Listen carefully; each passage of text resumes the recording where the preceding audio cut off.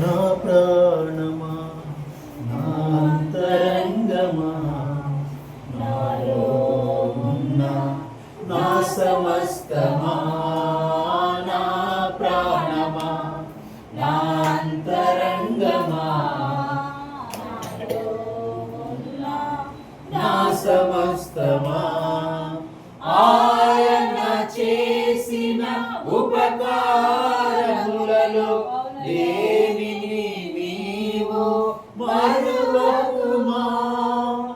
ఆయన చేసిన ఉపకారములలో దేనిని నీవు మరువకుమా. సన్నతించుము, స్తుతించుము, ఉచ్చారణీకీర్తనే ఎత్తుము. సన్నతించుము, స్తుతించుము, ఉచ్చారణీకీర్తనే ఎత్తుము. యెహోవాయ దేవుడు, ఆయన పరిశుద్ధుడు, సమస్త సృష్టంతటికి ఆధారుడు. యెహోవాయ దేవుడు, ఆయన పరిశుద్ధుడు, సమస్త సృష్టంతటికి ఆధారుడు. నా ప్రాణమా, నా అంతరంగమా, నాలో ఉన్న నా సమస్తమా, నా ప్రాణమా, నా అంతరంగమా, నాలో ఉన్న నా సమస్తమా. యెహోవాయ దేవుడు, ఆయన పరిశుద్ధుడు, సమస్త సృష్టంతటికి ఆధారుడు. యెహోవాయ దేవుడు, ఆయన పరిశుద్ధుడు, సమస్త సృష్టంతటికి ఆధారుడు. నా ప్రాణమా, నా అంతరంగమా, నాలో ఉన్న నా సమస్తమా, నా ప్రాణమా, నా అంతరంగమా, నాలో ఉన్న నా సమస్తమా, నాలో ఉన్న నా సమస్తమా. Thank you, Lord.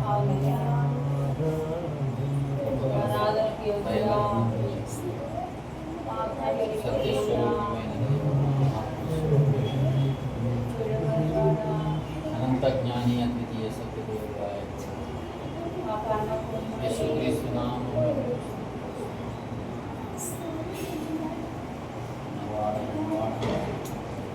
అధికార సంపన్నుడు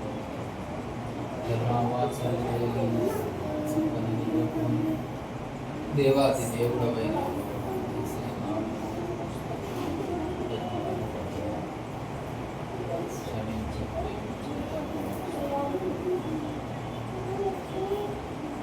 ఆది వంతము లేని దేవాది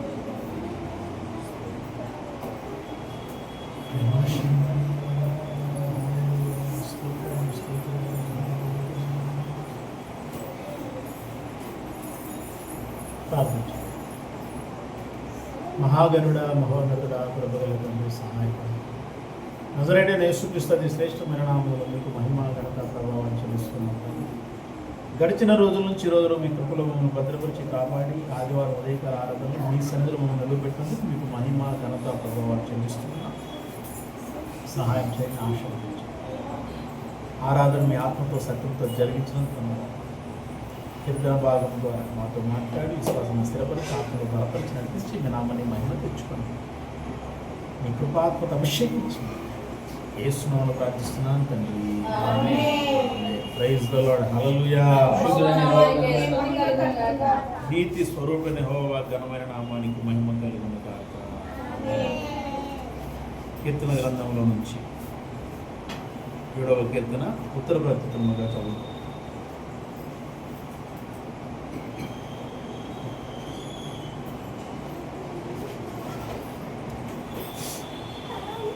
యెహోవా నా దేవ, నేను నీ శరణు చొచ్చి ఉన్నాను. నన్ను తరుమువారి చేతిలో నుండి నన్ను తప్పించు. నన్ను తప్పించువాడెవడనూ లేకపోగా వారు సింహము వలె ముక్కలుగా చీల్చివేయకుండా నన్ను తప్పించు. యెహోవా నా దేవ, నేను ఈ కార్యము చేసిన ఎడల నా చేతి పాపము జరిగిన ఎడల నాతో సమాధానముగా నుండిన వానికి నేను కీడు చేసిన ఎడల శత్రువు నన్ను తరిమి పట్టుకొనని, నా ప్రాణము నేలకు అణగద్రొక్కని, నా అతిశయాస్పదమును మంటిపాలు చెయ్యను. నిర్నిమిత్తముగా నన్ను బాధించిన వారిని నేను సంరక్షించితిని కదా. యెహోవా కోపము తెచ్చుకొని లెమ్ము, నా విరోధులు ఆగ్రహము నాటుటకై లెమ్ము, నన్ను ఆదుకొనుటకై మేల్కొనుము. న్యాయవిధిని నీవు నియమించి ఉన్నావు కదా. జనములు సమాజముగా కూడి నిన్ను చుట్టుకొనున్నప్పుడు వారికి పైగా పరమందు ఆసీనుడకు కమ్ము. యెహోవా జనములకు తీర్పు తీర్చువాడు. యెహోవా నా నీతిని బట్టియు నా యథార్థతను బట్టియు నా విషయములో నాకు న్యాయం తీర్చును. హృదయములను అంతరింద్రియములను పరిశీలించు నీతిగల దేవా, దుష్టుల చెడుతనము మనస్సు నీతిగల వారిని స్థిరపరచుము. యథార్థ హృదయములను రక్షించే దేవుడే నాకేమో మోయువాడు. న్యాయమును బట్టి ఆయన తీర్పు తీర్చును. ఆయన ప్రతిదినము కోపపడు దేవుడు. ఒకడు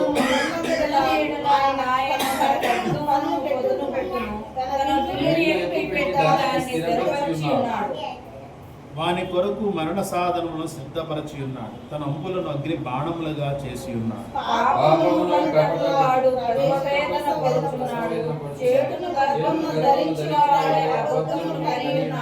వాడు గుంట త్రవ్వి దానిని లోతు చేసి ఉన్నాడు.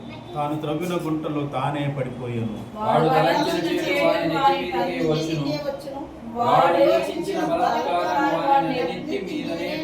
యెహోవా న్యాయం విధించువాడని నేను ఆయనకు కృతజ్ఞతాస్తుతులు చెల్లించెదను. సర్వోన్నతుడైన యెహోవా నన్ను కీర్తించెదను.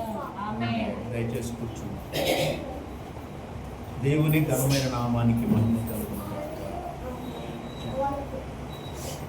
బెన్యామీను వంశస్థుడైన కూషు చెప్పిన మాటల విషయమై దావీదు యెహోవాను గూర్చి పాడిన వీణానాద సహిత గీతం. ఈ కీర్తనలో మనం చూస్తున్నది, మనం చదివినది, మనం విన్నది అంటే సహాయము చేసినా కూడా దావీదు మీదికి తనను విరోధిగా భావించినటువంటి వాడు ఆయన మీద తిరుగుబాటు చేయటము కాక, అంటే దావీదు మాట్లాడిన మాటల్లో ఉంటుంది, ఉన్న మాటనే మనం జ్ఞాపకం చేసుకుంటాం.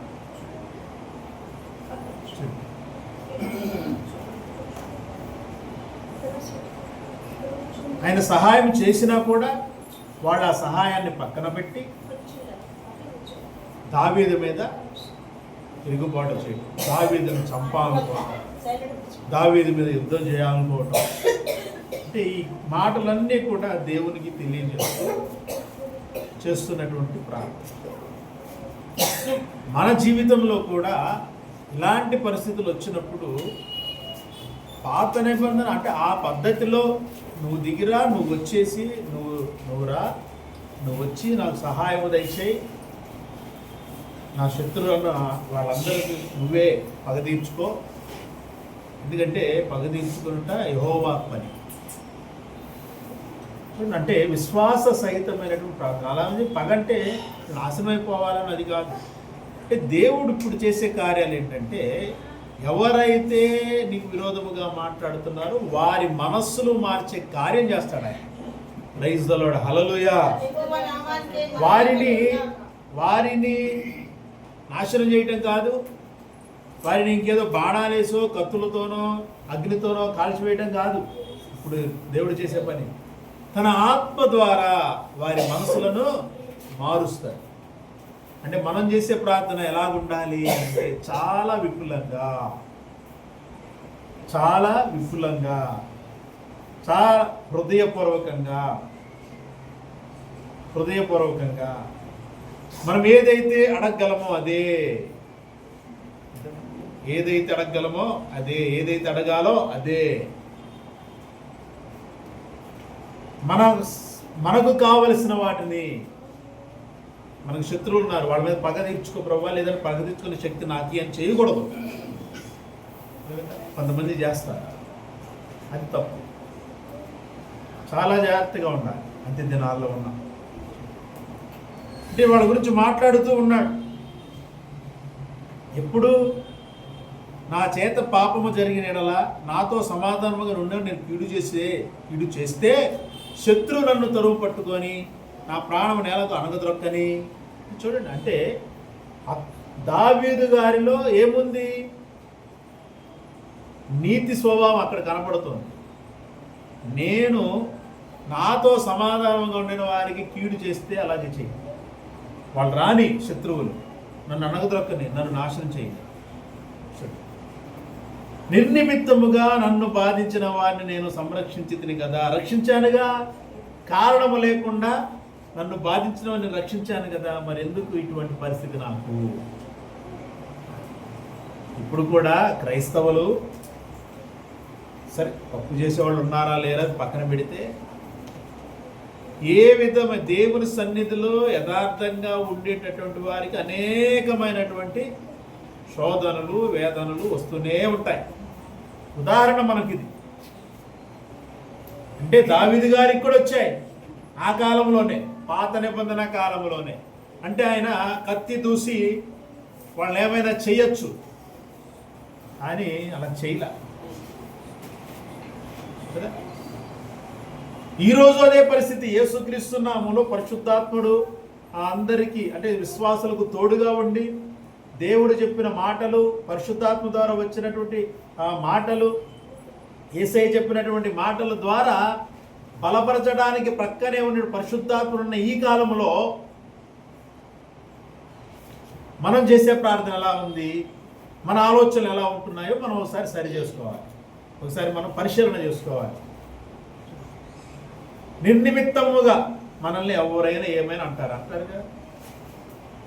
యేసుక్రీస్తు ప్రభువారు చెప్పారు ముందే, నా నిమిత్తం మిమ్మల్ని నిందించి హింసించి మీరు అబద్ధముగా చెడ్డ మాటలు పలుకున్నప్పుడు మీరు దాన్ని, మీరు అబద్ధం అంటే మీ మీద అబద్ధముగా చెడ్డ మాటలెల్లా పలుకున్నప్పుడు, చెడ్డ మాటలు అంటారు. వాడు అలాంటి వాడు, ఈమె ఎలాంటిది, వీళ్ళింప చేసే పనులు ఇవి అవి ఇవి అంటారు. నా నిమిత్తం నిజంగా మనలో ఏ తప్పు లేకపోతే సంతోషించి గంతులు వేస్తే ఫలం మనకు లభించింది. అదే ఒకవేళ వాళ్ళన్న మాటలు నిజమే అనుకోండి, ఏ ఫలం మనం పొందుకోం. సంతోషించి గంతులు వేసే మనసే ఉండదు ముందు. ఎందుకు? అరే వాళ్ళకి తెలిసిందే అనే ఆలోచన ఉంటుంది. కాబట్టి ఇప్పుడున్నటువంటి పరిస్థితులు అప్పుడున్న పరిస్థితులు ఏం తేడా లేదు. భక్తులు అనబడిన వాళ్ళందరూ కూడా యెహోవా వైపే చూశారు ఆనాడు. ఈనాడు యేసు వైపు చూడాలి. యేసు ద్వారా మెయిన్ ఇప్పుడు ఏంటంటే డైరెక్ట్గా ఆ రోజు యెహోవా ప్రార్థన చేసేవాడు. ఇప్పుడు యేసుక్రీస్తు నామములో ప్రార్థన, యేసుక్రీస్తు నామములో విజ్ఞాపనలు, యేసుక్రీస్తు నామములో విన్నపాలు చెల్లించాలి దేవునికి. ప్రభువా నా పరిస్థితి ఇది, నాకు సహాయం దయచేయి. యేసు నామములో తండ్రికే ప్రార్థన. ఎవరి ద్వారా? యేసుక్రీస్తు ద్వారా.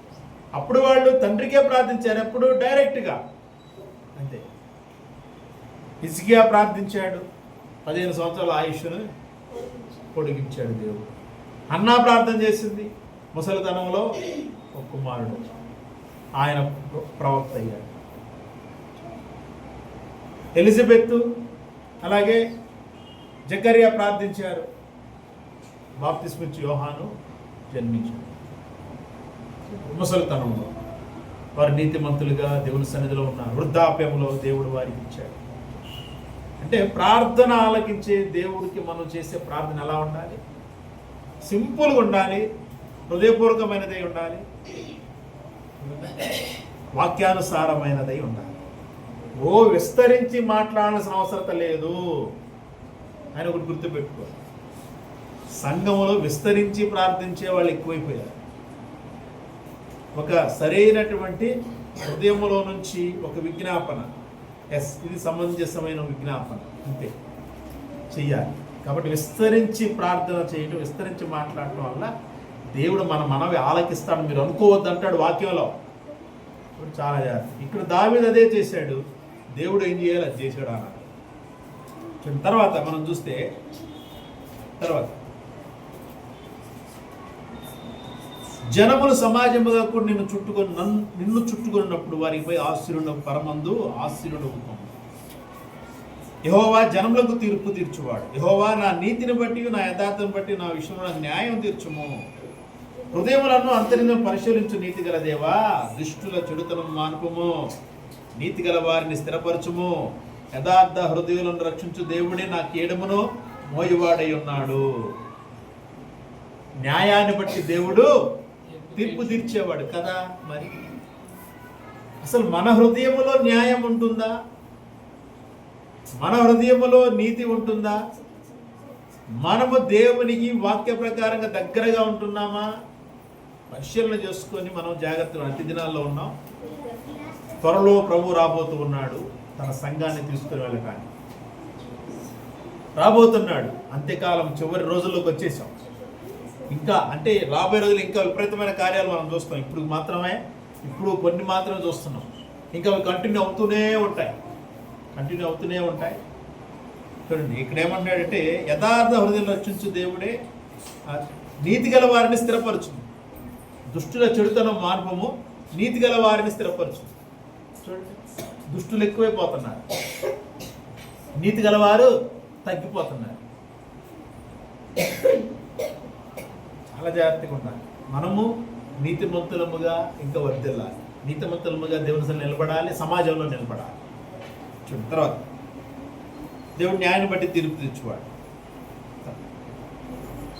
14 పాపమును కొనుటకు వాడు ప్రసవ వేదన పడుచున్నాడు, చేడును గర్భమును ధరించిన వాడు అబద్ధమును కని ఉన్నాడు. వాడు గుంట త్రవ్వి దానిని లోతు చేసి ఉన్నాడు, తాను త్రవ్విన గుంటలో తానే. కాబట్టి ఎవరు పడదేనక్కర్లేదు అండి. దుష్టుడిని ఎవరు కూడా పడదేనక్కర్లా. వాడు నాశనం అయిపోవాలి, వీడు నాశనం అయిపోవాలి మనం కోరుకోనక్కర్లా. వారి కొరకు క్షమాపణ ప్రార్థన చేయాలి. వాడి క్షమాపణ పొందుకునే మనస్సు వారిలో ఉందనుకో, వాడు మారే అవకాశం ఉంటుంది. క్షమాపణ పొందుకునే మనస్సు వాడిలో లేదనుకో, వాడు తవ్విన గుంటలు వాడే పడిపోతూ ఉంటాడు. వాడి నాశనాన్ని వాడే కోరి తెచ్చుకున్నవాడు ఉంటాడు. చాలామంది ఈ లోకంలో అలాగే అయిపోయారు. దేవునికి క్రీస్తుకు వ్యతిరేకంగా లేచిన ప్రతి మడమ ఆటోమేటిక్గా విరిగిపోయింది. ఎవ్వరూ ఏమి అనకుండానే విరిగిపోయింది. మడమ విరిగిపోతే ఏమవుతుంది? నిలబడగలడా? నడవగలడా? అవకాశమే లేదు. సో దేవుడు ఎప్పుడు ఎవరికి ఏం చేయాలో అది జరిగిస్తూ ఉంటాడు. అలా అని చెప్పి దేవుడు ఏమన్నా అది చేశాడు, మడమని ఎరగొట్టాడు దేవుడే వచ్చి? కాదు. వాడి సమయం అది అంతే. అపవాది ఎప్పుడు ఉంటాడు అందరి దగ్గర, అందరితో ఉంటాడు. వీడికి ఏం చేయాలి, వాడికి ఏం చేయాలనుకుంటా ఉంటాడు. అర్థమైందా? యేసుకు వ్యతిరేకంగా బాగా ఎరిగిపోయి వెళ్తున్నావు కూడా ఎందుకు? మళ్ళీ వాడికి కావాలిగా, వీడి మధ్యలో మారితెట్టా అని చెప్పేసి వాడిని ఏం చేస్తాడు? పక్కకి తీసుకెళ్ళిపోతాడు. వాడి పని అది, అపవాది యొక్క పని. వాడి యొక్క దూతల పని కూడా అదే. ఉంటారు చేస్తారు, ఆటోమేటిక్గా కొనుమరుగైపోతారు. వాళ్ళు చనిపోయారా బతికారా ఎవరికి? ఇంకోడు పడతాడు. అని సేమ్ అదే సమయంలో ప్రభువును ఆరాధించేవాళ్ళు, యేసును ఆరాధించేవాళ్ళు, యేసు నామములో తండ్రికి ప్రార్థించేవాళ్ళు, తండ్రి అయిన దేవుని మహిమ ఘనత ప్రభావాలు అనుభవించేవాళ్ళు లేస్తూ ఉన్నారు. అది అందుకే ప్రభువు సంఘాలను అభివృద్ధి పరుస్తున్నాడు తన ఆత్మ సహాయంతో. సంఘములో దేవుని మాటలు వినిపిస్తున్నాడు. ఎందుకు అని అంటే అందరూ నీతి పరిశుద్ధత కలిగిన సమూహం పెరగాలి. చూడండి, ఎవరి ఆలోచనలో వాళ్ళు ఉంటున్నాం. మరి దేవుని యొక్క సన్నిధిలో ఎవరి ఆలోచనలు వాళ్ళు కాదు కదా, దేవుని ఆలోచనలో కదా సంఘం ఉండాలి. కాబట్టి చాలా జాగ్రత్తగా ఉన్నాం. అంత్య దినాల్లో ఉన్నాం. చూడండి, వాడు అంటే ఎవరు? శత్రువు అనేవాడు, విరోధి అనేవాడు ఏం చేస్తున్నాడంట? పాపాన్ని కనడానికి వాడు ప్రసవ వేదన పడుతున్నాడు. చేటును గర్భం ధరించిన వాడు అబద్ధమును కని ఉన్నాడు. పాపాన్ని కనడానికి ప్రసవ వేదన పడుతున్నాడు. అంటే చూడండి, పాపాన్ని కనాలి అంటే పాపం ఎక్కడుంది? ఇప్పటికి గర్భంలో ఉంది. గర్భంలో ఉంది. చిన్న ఉదాహరణ చూడండి. కయీను ఆలోచన చేశాడు, కోప్పడ్డాడు. అందుకనే కోపం ఎందుకు నీకు అంటాడు దేవుడు. వాకిట పాపము పొంచి ఉంటుంది. వాటిలో కోపం పెరిగిపోయింది, రగిలిపోతున్నాడు, అటు ఇటు తిరుగుతూ ఉన్నాడు, అసలు ఏం చేయాలి అని. హేబేలు మీద కోపం. హేబేలు బలి దేవుడు అంగీకరించాడు, అందుకు కోపం అన్నమాట. వాడు బలి అర్పించింది దేవుడు తీసుకోలేదని కాదు వాడు కోప్పడేది. హేబేలు బలి ఇచ్చిన దాన్ని దేవుడు అంగీకరించాడు, అంటే అందుకు హేబేలు మీద కోపం. అంటే ఆలోచన అంతే. వెంటనే వాడు పాపాన్ని కరటానికి ప్రసవ వేదన పడతా ఉన్నాడు కయ్యను. వాకిట పాపం కొంచెం ఉంది, దాన్ని కనాలి. ఇప్పుడు వాడు ప్రసవ వేదన లోపల పడుతున్నాడు. అంతే, వెంటనే బయటకు వచ్చాడు. వాళ్ళు బయటికి రావటం, హేబేల్ని చంపి అక్కడ పాపాన్ని ఏం చేశాడు, కన్నాడు. అది పాపాన్ని కంటం. చేటును గర్భము ధరించిన వాడే అబద్ధమును కని ఉన్నాడు. చేటును గర్భమును ధరించిన వాడు అబద్ధాన్ని కంట. అంటే లోపల చెడు ఉంచుకొని బయటికి ఏం మాట్లాడతారు వాళ్ళు, అబద్ధాలు మాట్లాడుతూ ఉంటారు. అబద్ధం ఏదో ఒకటి చెడు ఉంటుంది లోపల, అది చెడు ఉంచుకొని ఎవరికన్నా సహాయం చేయాలి. మనమే ఉన్నాం. ఇప్పుడు నేను సహాయం చేయాలని లేదు నాకు, కాబట్టి లోపల వాళ్ళ మీద ఏదో చెడు ఉంచుకుంటా. తర్వాత ఏమంటాను, అఫ్కోర్స్ తర్వాత ఏమంటా, అబద్ధం చెప్పేసి చెడుని నేను బయట చేసేస్తాను. సహాయం పొందుకోవాల్సిన వానికి ఎలా చెప్తానంటే అబద్ధం చెప్పేస్తాను. చూడండి, నేను చెయ్యను అని డైరెక్ట్గా మనం చెప్పలేము. ఏం చేస్తాము, అబద్ధం చెప్తాం. లేదు అది ఇది ఇది ఏదో ఒకటి తీసుకుంటాం. కాబట్టి అది ఇక్కడ చెడుని ఏంటంటే చేటును గర్భమును ధరించినాడు, అబద్ధాన్ని కని ఉన్నాడు. అబద్ధాన్ని కన్నాడు. చాలా జాగ్రత్తగా లాస్ట్ డేస్లో ఉన్నాం మనం. మామూలు చివరి దినాలు ప్రపంచమంతా భయంకరమైన పరిస్థితిలో ఉంది. అంటే కోర్స్ ఇవే కాదు, ఇంకా ఉందన్నాడు ప్రభు. అంటే ఇవి కంటిన్యూ అనమాట. ఇవి కంటిన్యూ ఇప్పటి నుంచి. ఎందుకంటే ఈ కాలంలోనే సువార్త ఎక్కువ అవుతుంది. ఇంకా వచ్చే కొలది సువార్త పెరుగుతూనే ఉంటుంది. చేసేవాళ్ళు చేస్తూనే ఉంటారు, పోయేవాళ్ళు పోతూనే ఉంటారు, వినేవాళ్ళు వింటూనే ఉంటారు, వచ్చేవాళ్ళు వస్తుంటారు, పోయేవాళ్ళు పోతుంటారు. ఇదే క్రమం అన్నమాట. కాబట్టి అంత్య దినాల్లో ఉన్న చాలా జాగ్రత్తగా ఉండాలి. దేవుని యొక్క ఆత్మ. అందుకని ఇక్కడ ఏమన్నాడంటే వాడు కుంట తవ్వి దాన్ని లోతు చేశాడంట, తాను తవ్విన గుంటలో వాడే పడ్డాడు. చాలా జాగ్రత్తగా ఉండాలి. మనము దేవుని యొక్క నామ మహిమార్థమే జీవించడానికి తాపత్రయపడాలి. తాపత్రయపడే జీవితం మనకు కావాలి. కాబట్టి ఈ మాటలను బట్టి దేవునికి దగ్గరగా ఉన్నాం.